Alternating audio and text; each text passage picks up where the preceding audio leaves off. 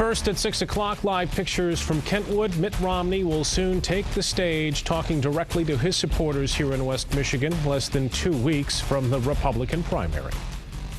Good evening, everyone. I'm Brian Sterling. And I'm Susan Shaw. We have complete coverage of Decision 2012.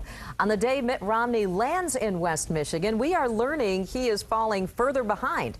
Take a look at these numbers right now. The Real Clear Politics poll average for Michigan shows Rick Santorum in front by 9 points, 38 to 29. Ron Paul and Newt Gingrich are well behind. Let's go live right now to 24-hour News 8 political reporter Rick Albin. He just spoke with Mitt Romney minutes ago. Rick?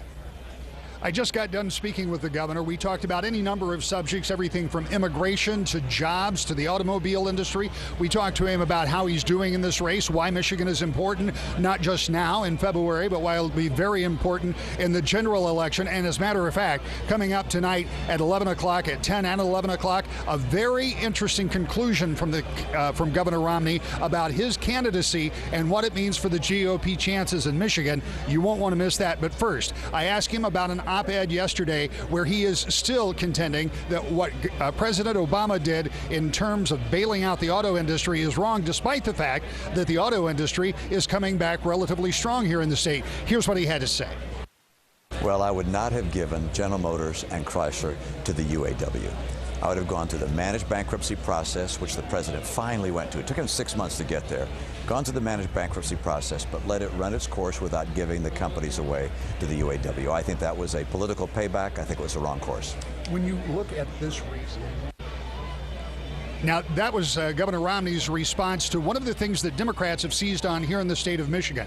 If he does become the eventual nominee, and as you point out tonight, that is not inevitable, not even inevitable that he will win here in what he considers a home state.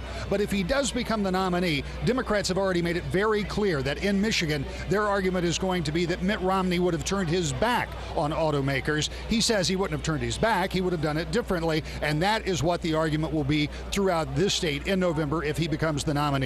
We'll be here to hear what else he has to say when he takes that podium. We'll have complete coverage, of course, right here on 24-hour News 8, online at woodtv.com, and I'll be back for 10 and 11 to have more of that interview. And, of course, you can hear the whole interview this Sunday morning at 10 o'clock on To The Point. Right now, live in Kentwood, I'm Rick Albin, 24-hour News 8.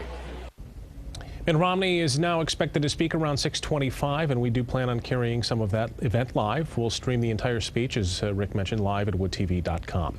Tomorrow, Rick Santorum will be in the Detroit area. We'll have crews at that event and bring you complete coverage throughout the day tomorrow.